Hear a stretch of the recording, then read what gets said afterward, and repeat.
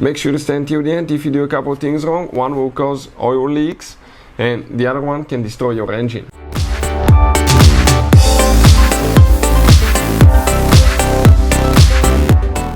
Hey guys, welcome back to Auto Repair guys. Thank you guys for watching and subscribing to the channel. Today will be super helpful video to any of you having a Dodge Charger with a 3.6 V6 engine. If you need to remove or replace valve covers, stay with us. We'll explain how to do that step by step guys. You will need to remove it for multiple repairs, and also if you need to replace the gasket, it will be practically the same video as well. It will require the valve cover to be removed. We will explain common mistakes people make that can actually guys cause oil leaks and something that can destroy your engine, so make sure to stay until the end. We'll cover very helpful information.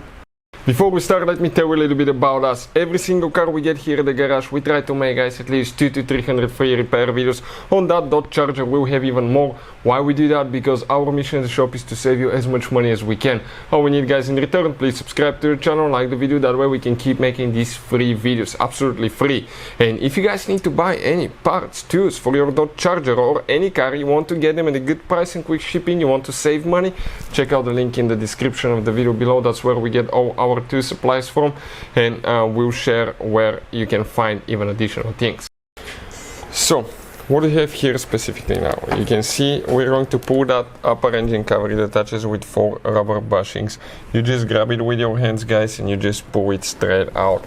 It attaches right here to those posts, okay, you can see, and one here and here as well. So now we need to remove that intake hose. Needs to come out, 8mm socket. We pre-loosen that clamp. Now right here, okay, there is one more. Towards the throttle body. That sensor is for the intake air temperature sensor, disconnected. Right here there is one rubber bushing that needs to come out. You pull it out, it comes like that. That intake hose is out. Next, let's see what else we have. Quite a few things. So if you look guys, we need to disconnect, okay, we need to disconnect these cables, okay, to make sure that they're not holding there. Perfect. And we just dropped our tool. So what do we need to do next? Right here, that's the throttle body. You need to disconnect, we need to disconnect the wires. So we'll go ahead, push the connector in to release the pressure. That red thing needs to come to the back. Grab only for the plastic part, do not pull on the wires ever, because you can pull them out of the connector. So you can see, press here and disconnect it. Right there now, we have one, okay, clip that came out.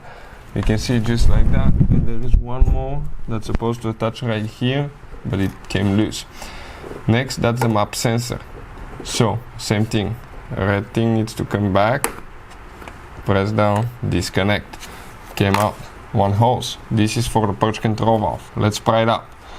Okay, we pry that hose up, it comes out. This is a brake line, the brake booster hose, vacuum hose. We disconnect that one. Now this hose you can disconnect it either from the intake manifold or the Pcv valve. We recently removed the Pcv valve, so it will be easy there. Right here, okay, we have one more connector. One second, let me go ahead and get that. Right there, okay, you grab that thing, you come like that, came out, perfect. Here, 10mm guys, 10mm, we're going to remove that nut. So that's pretty easy, don't drop it. We'll explain how we can easily destroy your engine, okay, when you work on that part. So that will be stuck here. But if you come towards the bottom now, towards the back, excuse me, there is one more nut. 2 nuts. So we remove both of them. That's great. Right there, towards the bottom, there is back one bolt. That's hard for me to show you. But we need to get a 13mm wrench. Okay, and that bolt we'll need to pre-loose. It's a nut.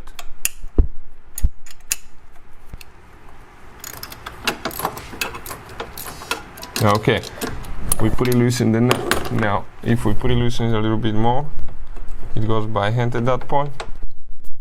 Let's see if it will be enough for us. Okay, for the thing to come out, or it does not, or we'll need to just go ahead and remove it all the way. Let's check. So I'm removing it now. I think it's a stud. Okay, it's working. Oh, we can clear enough space. Perfect, that's it. We came out, we grab that thing. That mount, it has a cable on it, we can just flop it there on the side. Now, what else we have? Let's investigate here. We need to go ahead and we have 10mm here, 2 nuts that hold the intake manifold to these metal brackets.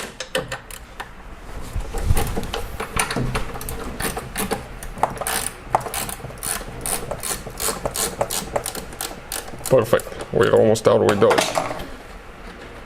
Careful not to drop the nut, it's a little bit of a limited room, but you should be able to do it easily. Great. Next, we go on the other side. A little more there as well.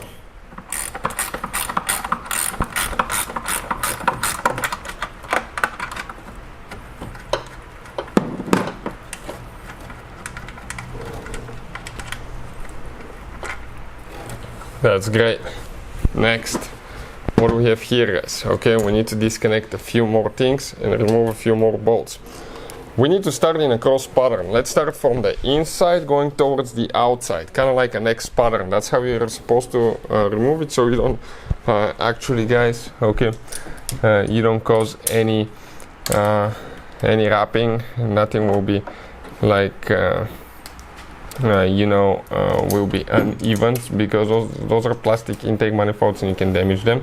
So there is a specific stance. Okay, so we start from the inside in a cross pattern and go towards the outside. Perfect.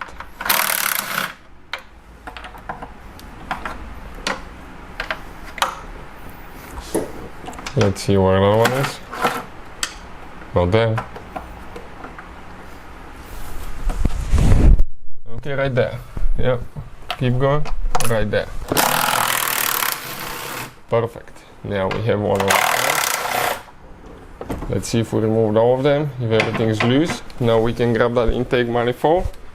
Okay, it needs to come towards this side because we have 2 metal brackets there. So lift it on the left and pull it out. Okay, and upper intake manifold came out. Common mistake people make here now, they don't replace the gasket, and every time you remove it, it's recommended to replace these gaskets. They're super easy to replace and they're not expensive at all. If you don't, you can develop vacuum leaks. The engine will start getting extra air, it may not even start, it may be revving up, unstable, idle. It can cause lean codes, give you codes for bad oxygen sensors, and that later can actually lead to bad catalytic converters as well. Another thing, make sure you don't drop anything. You drop something here, you're going to destroy your engine, guys, because you will start it, it will go to the valves, maybe bend the valve, from there it can get in the cylinders and destroy your piston, engine box, cylinder head, and the whole engine will be shot. So make sure that you don't drop anything, guys, okay, inside. So I'll recommend, if you're working on it, just cover it here. Now that foam piece was supposed to be here, okay, some of you will have it, some will not. We just bought it to replace it because it wasn't on that dot charger, but you will see where it will be. So that's how we remove the upper intake manifold. So we'll just cover it like that to make sure that nothing gets there and we don't drop anything, but still be extremely careful. So what we need to do next, right here we have the variable timing actuators. We need to disconnect them. Don't yank on the wires, pull for the connector, guys, because okay, those wires, if you pull them out, you can actually develop problems later. Disconnect the wiring harness, just gently pull them out. One more here. Okay, if you pull one on the bolt right there, towards the back, one here. Here we need to disconnect the camshaft position sensor. We have a video how to test camshaft position sensor, so check it out. Okay, ignition coils now next. Perfect. Here we need to disconnect the wiring harness again. Okay, few injectors we don't need to disconnect, but there is one more wiring harness here that we need to pull. If you want, you can remove the injectors, but it's not necessary, guys. Okay, perfect. Everything should be loose on this side. That bracket, we already got it loose for the upper intake manifold, so that's perfect. That will give us a lot of room.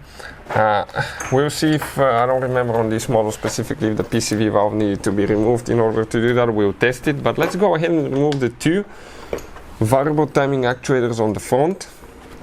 Okay, and these actuators will be with 3 bolts with Torx 25 star looking bit. So we need to go ahead and just get those loose.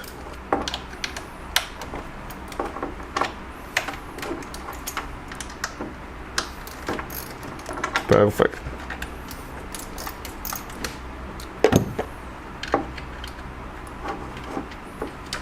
So here it's required to replace the gaskets for the camshaft actuators as well. They have different gaskets, guys. Okay, that is a good thing to always replace them. So we're going to keep the bolts here in one place so we know where they go later. Make sure you remember the position at which those actuators are, so you need to install them exactly the same way.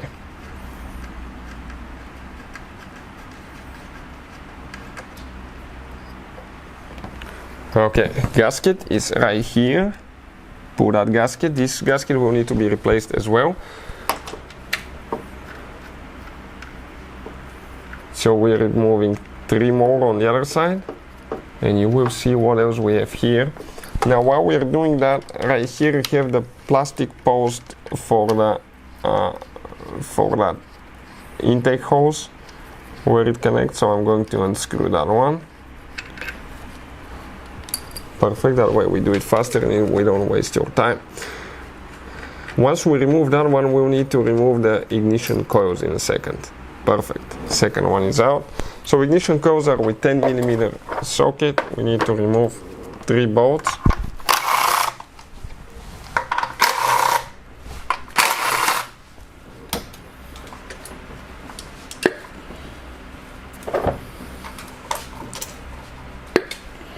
Okay, one more after that. Perfect, camshaft position sensor right here on the back. Okay, this one is Torx 30, a little bit bigger. So let's do that one now.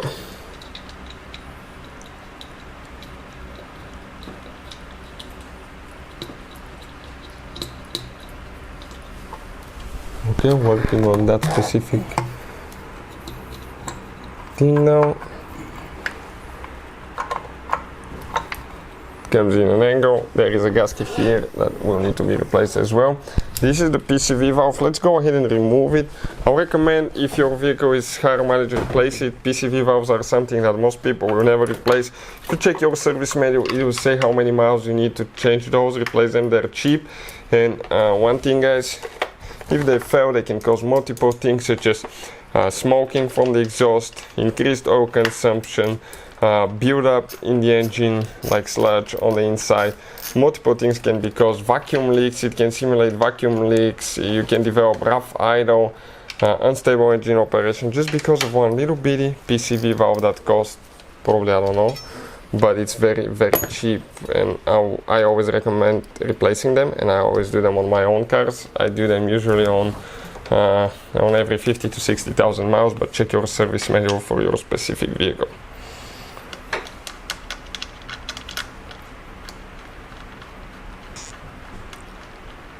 So you can see it came out. This is, guys, your Pcv valve. That's what it looks like. The valve is right here. Let's see if I can. Yep, perfect. Next, what we need to do, we need to get 8mm socket, and with that 8 deep, it needs to be a deep socket because we have a couple bolts here, studs that we need to remove, and one towards the back as well, and those we need to go ahead and pre-loosen. We'll start from the inside and go in okay, it's pretty tight. We'll go in a cross pattern, okay? Yeah, that way you have nice distribution of torque. So we're going to start from the middle, go towards the outside in kind of like an X pattern. So let's do that and see if it's going to work. Perfect. 1, 2. Working on this one. We have the torque specs for the valve covers on the channel. If you need help with that, check it out. It will teach you all about that. So we're going to pre-loosen them here. Perfect.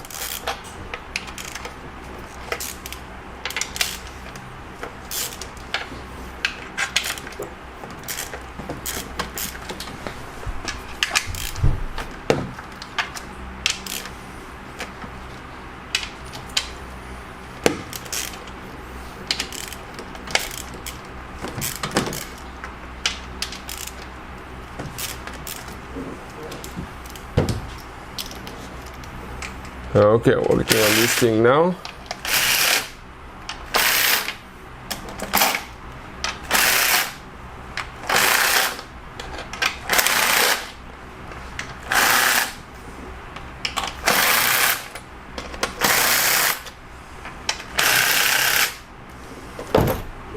Perfect. We're going to go ahead. Let's see if anything else is here. We might have the wire a little bit in the way here, where the oil dipstick is, so it's going to come in a certain angle. You have to be careful because you have two. Okay, let's see if it looks like something's still holding. One more bolt. We have magnetic wheels on the camshafts there, guys. Okay, need to be careful not to damage them. That's where the camshaft reads from, and don't get any magnetic tools. Okay, it comes in a specific angle. Perfect. Any magnetic tools close to these wheels, because if you do, guys, okay, you can see this is magnetic wheel, you can actually mess the magnetic field. It can weaken, and the camshaft position sensors will not be reading correctly, and that can, guys, okay, be catastrophic. Okay, you need quite a bit of work to fix that. So you can see valve cover came out just like that. Every time you remove, guys, the valve cover, it's recommended to replace the gasket itself. You can see the gasket, this is it. This is pretty flexible and still not too bad due to the fact that the car has only 40,000 miles, but it's still recommended to replace it. Right here where the timing cover meets the cylinder head, you need to, guys, clean that old silicone, clean it really good, and clean the whole area where the gasket will be contacting the cylinder head, and you're going to apply that gray silicone right here at that spot. And let's please move the gasket here, and you have one more spot right there. You need to clean everything, install the new gasket, replace the gaskets for the spark plugs for the ignition coils here as well. Those are must as well. And another thing, guys, if you don't do those silicones right here, there is a little bit of gap between the valve cover, the timing cover and the cylinder head, and that will cause a leak again, so you have to do the job one more time. Something else, make sure you don't drop a tool inside or anything, bolt, nut, socket, anything, because that will practically destroy your engine when you start it. If you want to see the torque specs for the valve cover, we'll have the video on the channel, check it out. Thank you for watching, see you guys next time.